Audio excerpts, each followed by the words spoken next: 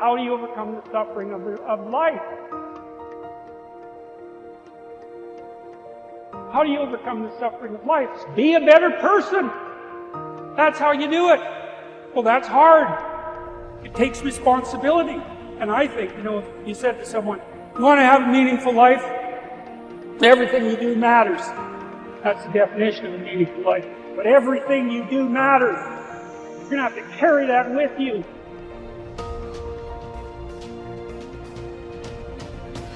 Do you realize that every day you thought you wasn't going to make it? Do you remember them days where you thought it was absolutely unbearable and you thought you wasn't going to endure that one? I'm telling you, do me a favor, just don't let it break you. If you get past it, on the other side of it, it's going to be phenomenal. The ultimate resources are emotional states. If you're creative enough, can you find the answer, yes or no? If you're determined enough, can you find the breakthrough, yes or no? If you're passionate, loving enough, can you get someone to help you, yes or no? If there's no way that you're committed, can you find the money, even if you don't have it, yes or no? So I said creativity, decisiveness, passion, honesty, sincerity, love. These are the ultimate human resources. And when you engage these resources, you can get any other resource on earth. So if you don't put the work in today, if you don't do the unending, back-breaking work of developing yourself into something greater, the world is going to pass you by. The people that are going to own it are going to be the ones that did that work. And the one promise that I can make you right now is that somebody out there is out working. Somebody right now is doing the things that I'm saying. Somebody right now is doing the work of failing and getting up and getting better and pushing themselves and triggering that glorious adaptation response that makes humans the apex predator. Someone right now, they're putting in that work. And if you don't, the future is going to belong to them. So when you stop outsourcing your happiness, your validation, your support, all of it, and you bring it back in, and you get responsible for it, when you're responsible, when you're the driver of your life, when you're not looking out to anybody else to fix it for you, you're the one that has to do the work. You're the one who has to push your own ass. You're the one who has to figure out what makes you happy. You're the one who has to figure out and become self-aware about what you need. And then you're the one that has to find whatever it is, the courage or being humble enough to ask for help. And as Martin Luther King Jr. said, if you can't fly, then run. If you can't run, then walk. If you can't walk, then crawl. But whatever you do, you have to keep moving forward.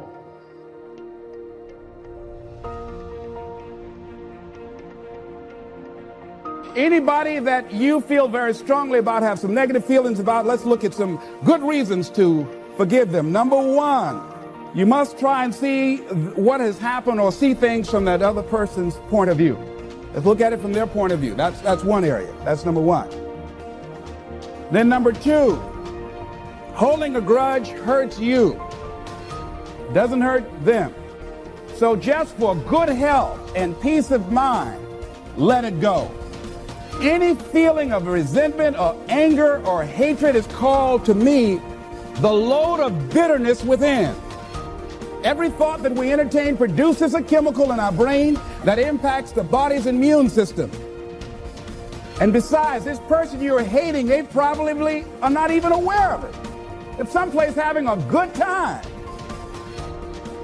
Don't even know you're really hating them. You've turned up the steam. Gone from dislike to hate, intense hate. And here you are killing yourself, making yourself vulnerable to various types of illnesses, putting yourself in bad health. And I say that person is not worth your sacrificing your health or 1 minute of peace of mind. 1 minute of anger robs you of 60 seconds of happiness. So decide it doesn't matter. Let it go.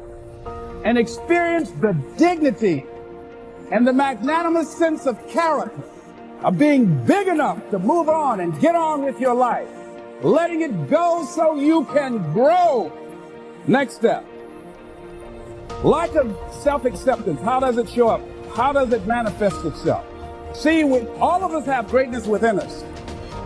But when you don't come to grips with your greatness and you don't work to develop it, if you're not seeking it out, if you're not finding where it is, if you're not trying to locate it, if you're not experimenting with your life to try and find out what fits for you, I'm saying that you're positioning yourself to be a miserable person, an unfulfilled person. How else do we do it? Procrastination. We just put things off over and over and over again. Why? Because we haven't accepted it. We don't feel deserving. We don't feel that we're good enough. So we sabotage ourselves by not ever taking care of business. We get real busy doing a lot of things where we don't have any time. Well, I'll never forget Og Mandino in the book called University of Success. He said many of us never ever discover our greatness because we become sidetracked by secondary activity. We start doing so many things, we just give our time away until we don't have any time for ourselves or any time to do the things that we want to do. And every time you put it off and move it back, oh, I'll do it one day. Oh, yeah, I'm going to get to it. I'm saying to you that one day you look around and there goes a year, there goes 2 years, there goes 3 years. So if there's something you want to do it now. Do it right now. Don't put it off. Start right now where you are. There'll never be a perfect, ideal time. Whatever you have going for you right now, that's enough. Work on that idea. Work on it, work on it, work on it.